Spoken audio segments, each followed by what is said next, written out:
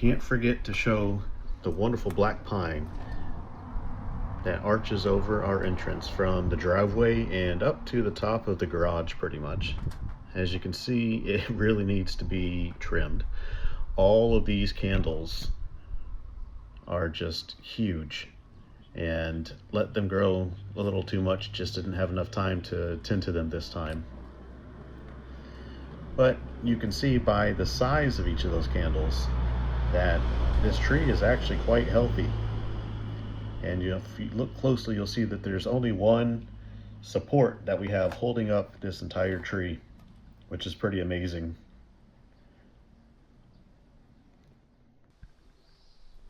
Walk up to the gate, you can see this nice grassy courtyard with an olive tree right in the middle. Want to let the tree grow a little more, and it's got 3 main branches. I want to kind of peel those out a little bit and go for more of the Niwaki style. As you can see, I haven't spent much time in this area, just trimming a few of the bushes and shrubs so far, and basically keeping all the grass and weeds under control. It's a lot of work when you don't have a whole lot of time.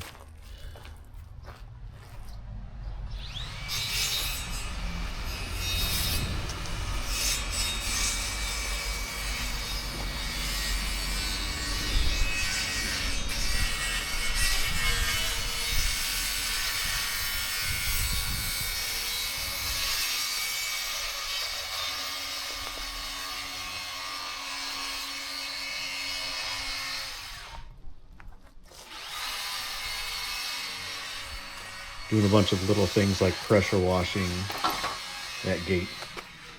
It still looks a little rough, but it's much better than it was. You can see a lot of the wood starting to pile up in sides. We have some contractors that are going to tear this one down. Unfortunately, it's just too unstable. It was built in 1880s or earlier, and it's just not too safe. And if it were to fall, it could possibly take out the other shed as well.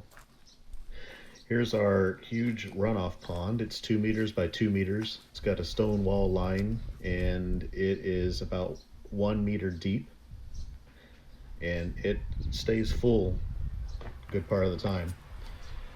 This slight part up here, they cleared out, contractors cleared out when they emptied our pond, and this is our newest little sakura, and hopefully in about 10 or more years it will fill in that whole void.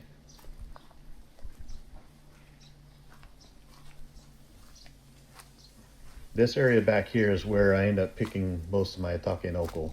They just grow everywhere.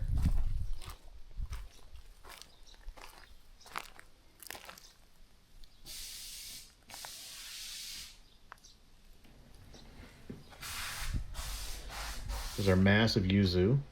You can see the top of it's losing a lot of its leaves.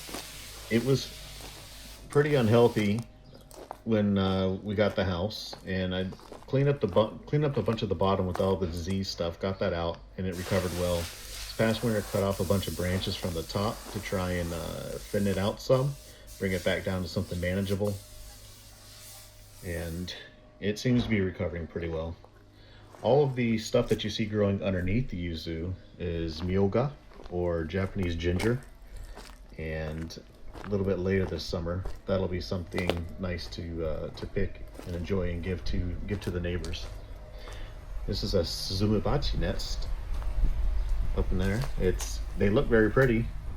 That one is empty, thank God.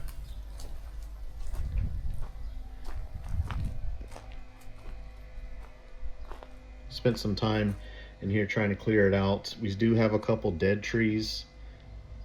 Need to eventually remove them. And I need to trim all these up, make them a little bit more presentable.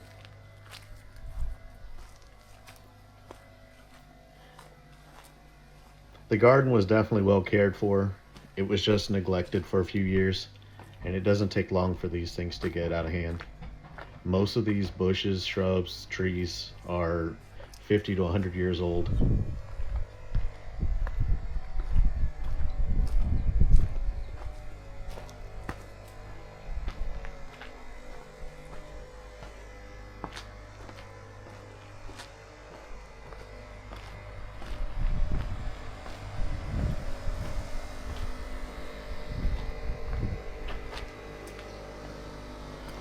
those rocks are.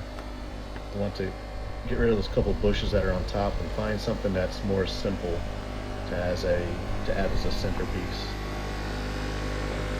Other than that, just trying to stay on top of the garden, keep it looking nice.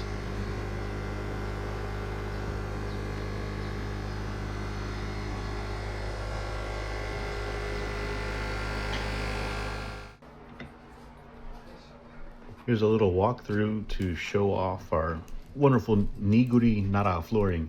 It's solid white oak flooring.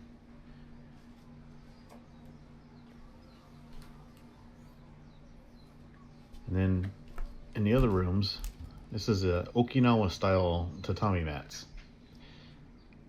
What's nice is it looks like it's two colors, but that's just because the way that the grain is laid.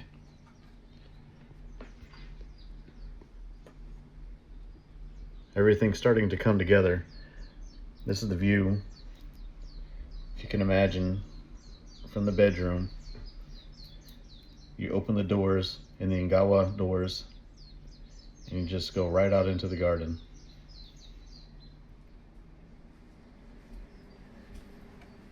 Put a little bench at the bottom with a little table and enjoy your coffee sitting out in front of the garden. This little room was an interesting one. It had the traditional sandpaper style wall behind that wooden one right there. And we had the carpenter just we told him just do what you think is best. And he raised the ceiling to create some more space, more feel in there. Added another little electrical socket, so we put a little fan with a light on the top. He redid the little outlet over there that has the Starlink and the other shelves in it. And this room really does have the best view when you look out the window.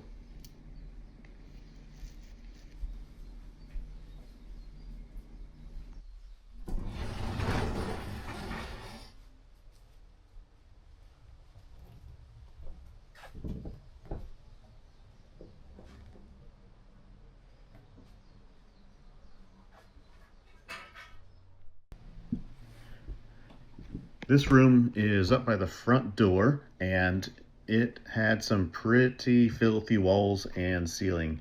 It was all smoke stained and had other streaks. There was a water leak by the mini split at one point as well. The leak had been fixed, but the wallpaper had not.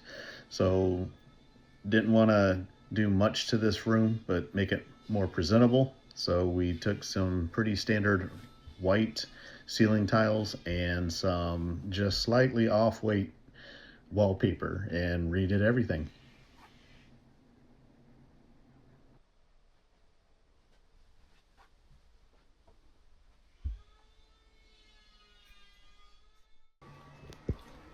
Don't mind the mess on the left. I haven't even started working on that garden. Here's a little progression of the pathway that I put with these large granite slabs and a bunch of white rock. I plan to extend probably one row all the way down, so I don't think the grass is going to live right up on the edge. Just the water doesn't hit it very much.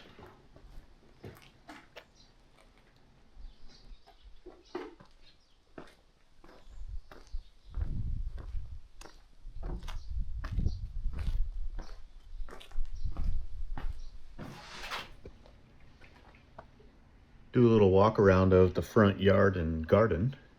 This first tree that you see is probably another 100 plus year old ume, and it still produces a little bit of fruit. In the back you can see a couple takenoko that had grown a little too much before I noticed them, so they were no good to eat, so just chopped them down. The plants on the side over there, a couple new white peach and a fig that I plan on temporarily planting about right there and then moving to the field probably this fall or next spring. And then spent a lot of time trying to clean up all these bushes and shrubs. I think they look pretty nice with just the hedge clippers. Spent a lot of time on the inside as well, mostly with the Makita 36-volt lawnmower, which made it really easy. And then the Makita 36-volt weed eater with a saw blade attachment. Just got to be careful because that thing will cut down trees as well.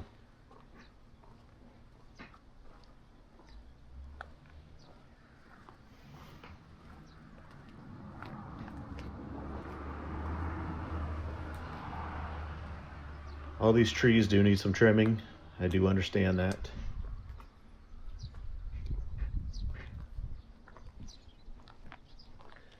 This big ume right here that we're passing is the one that I trimmed probably close to half of it off. It didn't produce any fruit last year, and it was definitely not very healthy.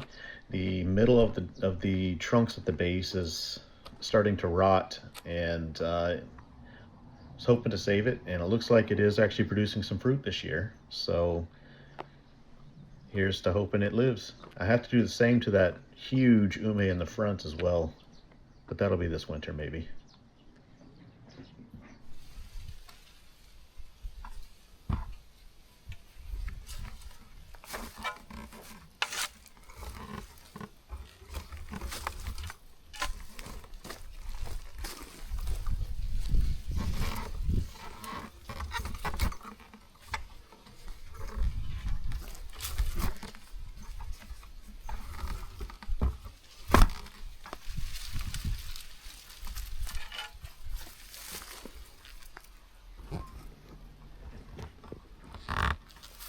This is how I get some of the takenoko that are a little bit harder to get to, kind of hidden.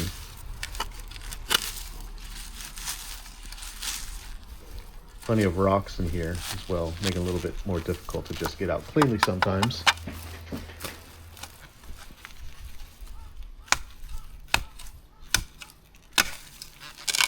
But generally you don't want to dig down too deep. You just want to get a couple inches below the surface. And then you need something sharp, like a shovel or a saw or a sickle, something that can get a somewhat clean break on it. And then once you get under there, you just pop it up and most of it will break apart.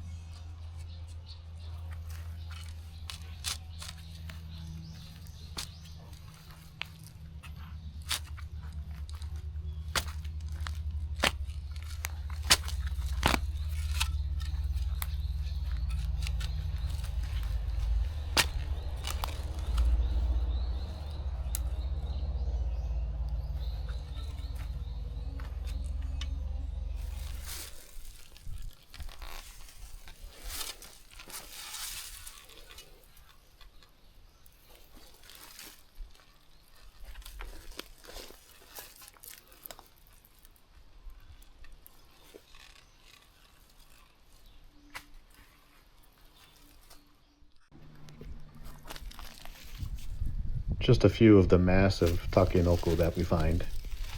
New ones popping up every day. Very hard to keep under control. But the neighbors love them.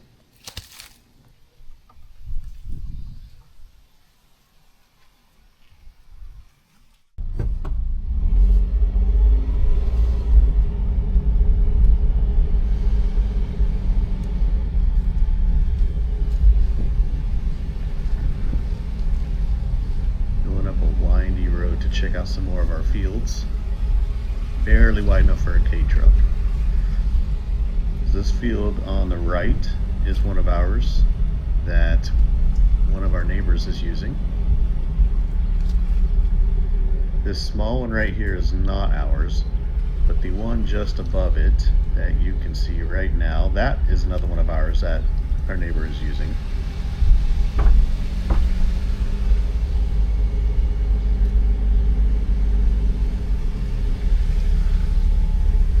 And then there's two right there at the turn that are ours.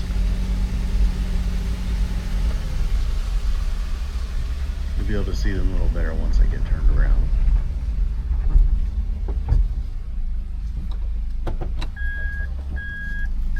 Also, two of our fields are directly in front of us. One that has the big wild boar trap, and then one just past those larger trees. Still need to reclaim those and plan on doing something like planting a bunch of chestnuts on them. Something that doesn't take much care.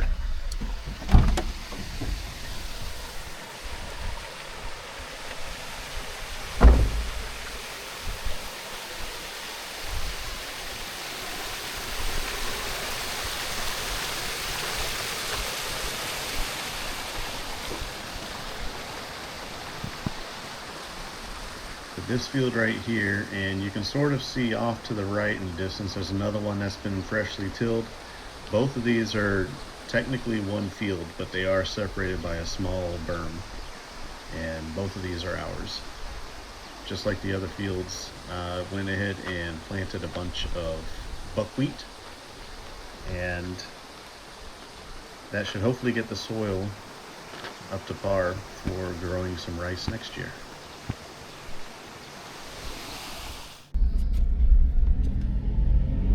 Driving up to check the fields that I pretty much reclaimed. These were all fields that had been neglected for 3+ years, and had to cut each one of these by hand first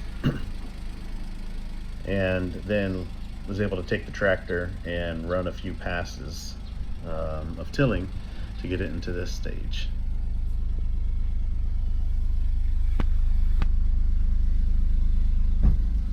And then we'll drive on down to one of the other fields.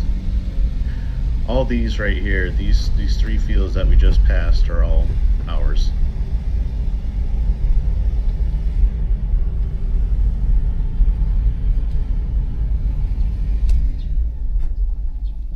If you get a little bit anxious at narrow roads, this is your pretty typical road in Japan, where 2 K cars fit, but if you have a full size going against even a K car, somebody's gonna have to pull over to the side a little bit.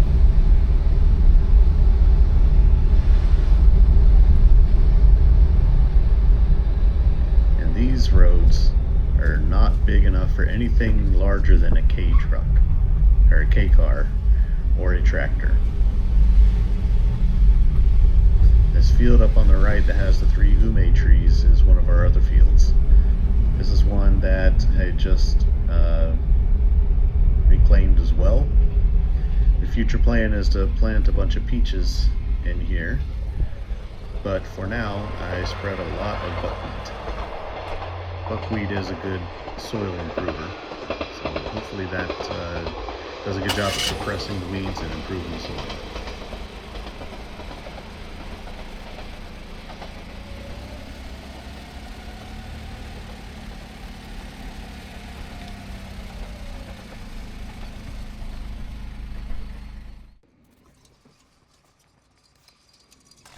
Enjoy some video of me tilling the field after having chopped everything down. The grass and weeds in this field were 4 to 5 feet tall just a few days prior to this.